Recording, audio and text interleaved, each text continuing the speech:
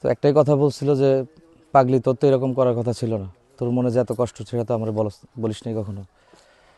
আর সে বাচ্চাকে ছুঁয়ে দেখে নাই, কারণ তার মনে একটাই কষ্ট যে আমি জীবিত অবস্থায় কোলে নিতে পারি নাই, আমি মৃত অবস্থায় আর কোলে নিব না।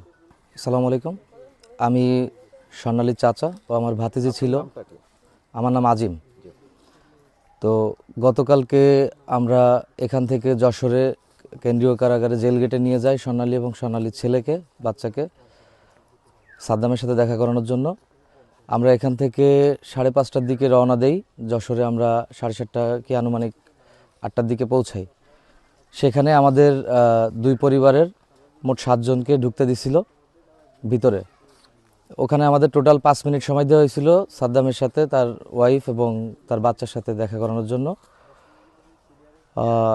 তো সেখান থেকে সাদ্দাম তার ওয়াইফরে ছুঁয়ে দেখছে এবং সে অনেক কান্নাকাটি করছে। তো একটাই কথা বলছিল যে পাগলি, তোর তো এরকম করার কথা ছিল না, তোর মনে যে এত কষ্ট সেটা তো আমরা বলিস নাই কখনো। আর সে বাচ্চাকে ছুঁয়ে দেখে নাই, কারণ তার মনে একটাই কষ্ট যে আমি জীবিত অবস্থায় কোলে নিতে পারি নাই, আমি মৃত অবস্থায় আর কোলে নিব না। তো এটাই হচ্ছে ঘটনা। ওখান থেকে আমাদের 5 মিনিট পরে ওদেরকে গাড়ি বের করে দেয়। ওখান থেকে আমরা আবার বাগেরহাটের উদ্দেশ্যে ব্যাক করি। প্রায় 120 থেকে 25 কিলোমিটার যশোর থেকে বাগেরহাটের দূরত্ব। এখন আসলে আপনারা এই বিষয়টা কিভাবে দেখছেন, কি চাচ্ছেন? আমরা বিষয়টা সাধারণভাবে সবাই আত্মহত্যা বলছে। আত্মহত্যা বলার পরে এটা 2টা মামলা হয়েছে, একটা পুলিশবাদী মামলা আর আমাদের পরিবারের পক্ষ থেকে একটা মামলা দেওয়া হয়েছে অজ্ঞাতনামা আসামি করে। এটা স্বর্ণালীর বাবা, আমার বড় ভাই, সে একটা মামলা দায়ের করছে।